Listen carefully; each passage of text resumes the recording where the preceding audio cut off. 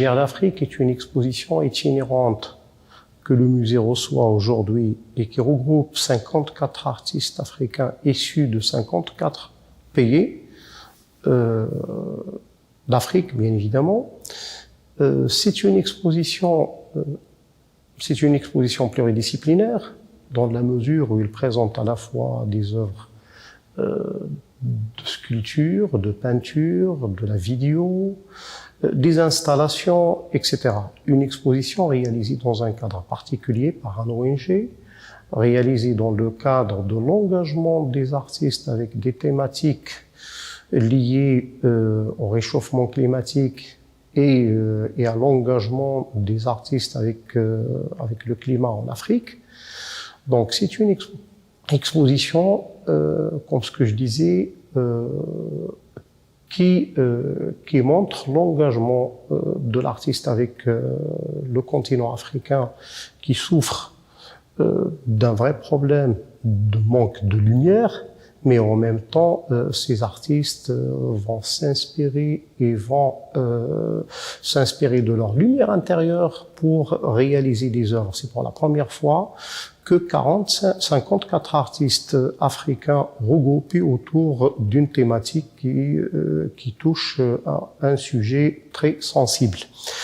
En même temps, c'est une exposition qui vient justement au Maroc dans sa première phase, avant d'aller en Tunisie et en Afrique du Sud,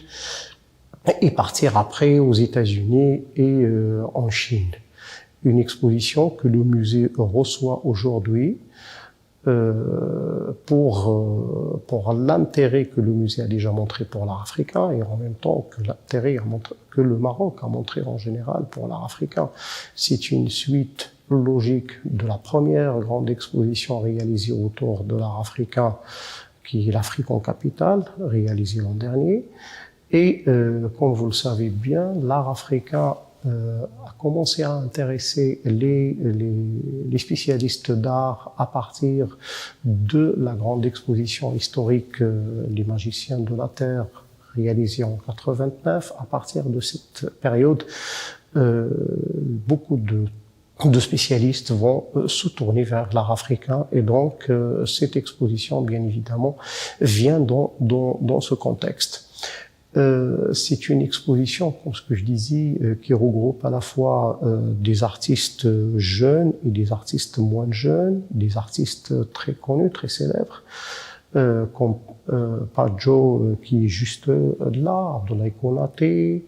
des artistes plus jeunes comme Jamil Al-Marani du Maroc ou Amina Sbir ou Mouna Jamel, Siala de Tunisie, donc beaucoup d'artistes qui sont issus bien évidemment de l'Afrique du Nord, mais d'autres artistes qui viennent du reste du continent.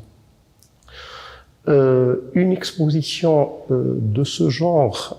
vient au Maroc après avoir été exposée pour la première fois dans le cadre du CAP 21 en 2015, fin 2015, à Paris, au Théâtre National de Chaillot, un lieu historique aussi, un lieu historique dans la mesure où c'est en 1948 qu'on a signé la Déclaration des droits de l'homme dans ce lieu. Donc c'est le lieu qui a reçu cette exposition en premier lieu et après il est arrivé pour être exposé au musée Mohammed VI d'art moderne et contemporain arabe.